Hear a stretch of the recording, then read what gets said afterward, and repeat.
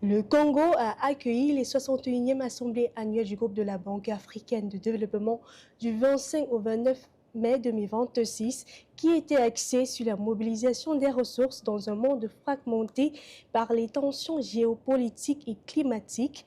Face à la réduction des financements traditionnels, comment les pays en transition économique ont-ils pu tirer leur épingle du jeu? Pour en parler, nous recevons aujourd'hui Mac Mondaba, ministre de l'économie, du plan et de la coopération internationale de la République centrafricaine. Monsieur le ministre, bienvenue sur Africa 24. Bonjour. Alors, le président de la BAD, le docteur Sidi Oulta, place la nouvelle architecture financière africaine au cœur de la souveraineté économique du continent. Concrètement, qu'attendez-vous de cette réforme pour la Centrafrique? C'est vrai que le président Oulta, récemment nommé, élu, et félicitations encore à lui, articule une stratégie autour de la souveraineté économique, la transformation du risque, la mobilisation des ressources domestiques, résumé aussi dans l'approche qu'il appelle les 4 points cardinaux. C'est une approche extrêmement pertinente et qui a tout notre soutien.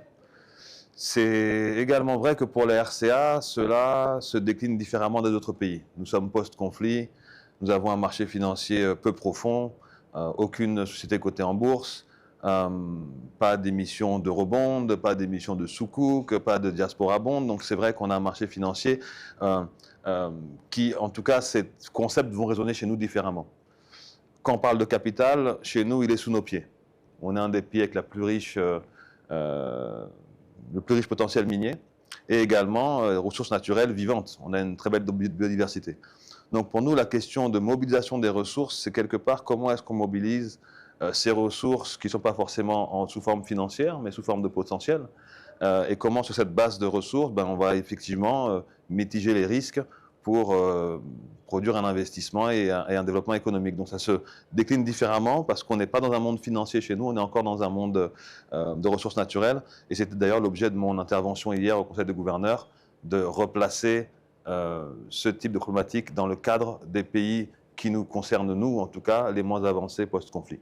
Le thème de cette année évoque un monde fragmenté. Comment cette fragmentation géopolitique redéfinit-elle les relations de la RCA avec ses partenaires et comment comptez-vous positionner Bangui pour capter des capitaux dans ce contexte de concurrence accrue entre les blocs? Alors, si vous connaissez un peu l'actualité centrafricaine depuis environ 10 ans, je pense qu'on a vécu avant tout le monde cette fragmentation. Parmi les différents partenaires qui sont d'ailleurs aujourd'hui en RCA, des partenaires qui parfois, dans leur propre région ou globalité, ne sont pas forcément en coopération, mais chez nous, et je vais peut-être paraphraser d'ailleurs Nelson Mandela qui disait ne nous demandez pas d'avoir une relation avec quelqu'un par rapport à la relation qu'il a avec quelqu'un d'autre. On a une relation avec une personne selon l'acte de cette personne envers nous. Donc ça concerne d'autres membres du gouvernement, mais le président a l'habitude de dire que bienvenue à tout le monde, la RCA est ouverte pour tous. Selon la BAD, le continent pourrait mobiliser jusqu'à 1 430 milliards de dollars de ressources domestiques.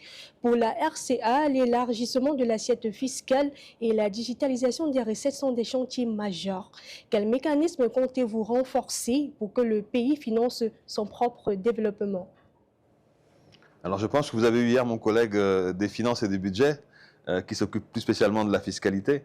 Mais en tout cas, ce que je peux vous dire au niveau économique, c'est qu'effectivement, aujourd'hui dans le budget, la première ressource, c'est les impôts, les taxes, la douane. Moi, au niveau économique, lorsqu'on regarde notre production, en réalité, le premier influx devrait venir des ressources minières. Donc encore une fois, je pense qu'on va s'axer sur cet axe-là. Nous avons un nouveau code minier.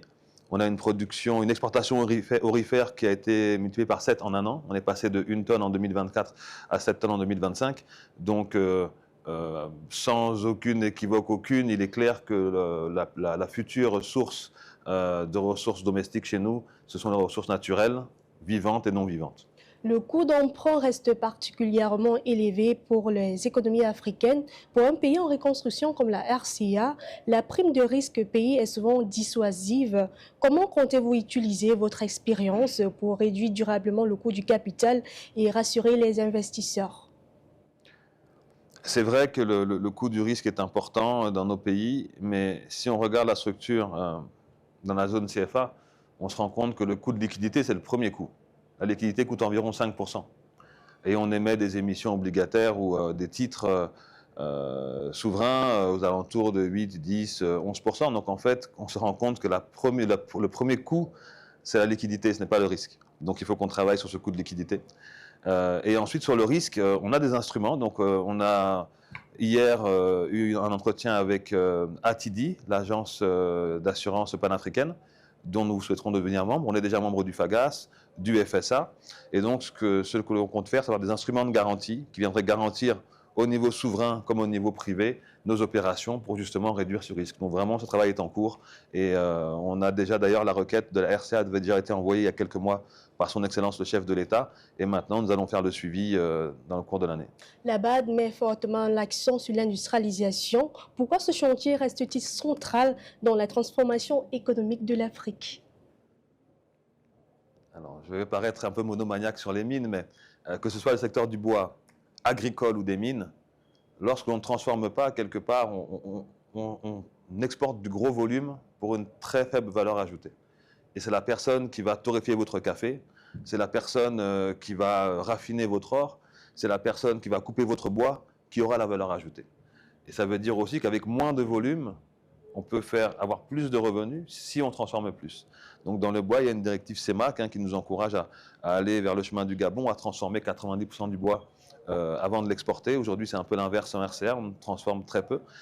Donc transformer, c'est aussi une ressource d'emploi. Je pense qu'il ne faut pas oublier, parfois on a ce prisme de revenus, mais c'est surtout que plus on transforme, plus on génère de l'emploi, et de l'emploi qualifié. Des gens ouvriers qualifiés, des techniciens qualifiés, des ingénieurs. Donc c'est non seulement un combat financier, de revenus économiques, mais c'est aussi un combat pour la jeunesse, pour que demain, on ait une jeunesse avec des métiers divers et variés qui vont mettre en valeur nos ressources. Les assemblées annuelles accordent une place importante au secteur privé. Que manque-t-il encore pour attirer davantage d'investissements privés en Afrique, selon vous? J'aimerais bien qu'on change un peu cette question, c'est-à-dire qu'on se demande comment attirer en Afrique les investisseurs étrangers. Maintenant, la question est plus pour nous comment attirer en Afrique les investisseurs africains. Parce qu'on a vu que c'était le cas il y a 10 ans, ils avaient beaucoup de mal à franchir des frontières. Un grand investisseur ivoirien n'ira pas investir au Kenya. Un Botswanais n'ira pas investir au Congo. Et c'est ça qu'il faut aujourd'hui qu'on arrive à casser. Et je pense que ça commence vraiment à arriver. Vous savez qu'on a la ZLECAf, la zone de libre-échange économique, qui arrive et qui va être un important vecteur. On a le droit au OHADA, qui rassemble plus de 14 pays, ou même un peu plus, je crois, maintenant. Donc on a des atouts déjà d'intégration. Et le but, c'est plutôt de faire comment est-ce qu'en Afrique, en interne, il y ait une circulation interafricaine des capitaux. Je pense que c'est vraiment le premier objectif. Monsieur le ministre, l'Afrique devrait compter près de 2,5 milliards d'habitants d'ici 2050, avec un âge médian de 19 ans. Comment transformer cette dynamique démographique en un moteur de croissance? Alors la jeunesse peut être soit une bombe à retardement, soit au contraire le meilleur espoir d'un pays. La réponse facile, c'est de dire qu'il faut les former. Oui, ça, tout le monde le dira. Mais là où est notre rôle, c'est d'avoir une stratégie, savoir où est-ce qu'on va pour les former dans les bons métiers, dans ceux qui auront un avenir dans le pays. C'est là qu'on a l'importance de ce qu'on appelle chez nous le PND, le Plan National de Développement. On a défini des filières agricoles, sylviculture, minières. Et donc c'est important dès maintenant qu'on arrive à définir ces objectifs pour que les jeunes aillent dans la bonne direction, et aillent dans une formation, dans des secteurs. Autre chose, souvent je pense qu'on a ignoré, et le Bénin nous a donné une belle leçon depuis quelques années, c'est l'importance du culturel. On a vu l'industrie au Nigeria ou ailleurs, comme elle explose maintenant même dans le monde entier, jusqu'aux États-Unis. Donc d'un côté, être un peu, entre guillemets, sérieux sur nos secteurs de production pure et dure, mais aussi, une nation, c'est pas juste de la production, une nation, c'est sa musique, c'est sa danse, c'est sa culture, etc. Merci, Monsieur le ministre, d'avoir été notre invité. Merci beaucoup. Madame, Monsieur, c'est la fin de cette édition de l'interview. Dans un instant, une nouvelle édition de l'actualité africaine sur Africa 24.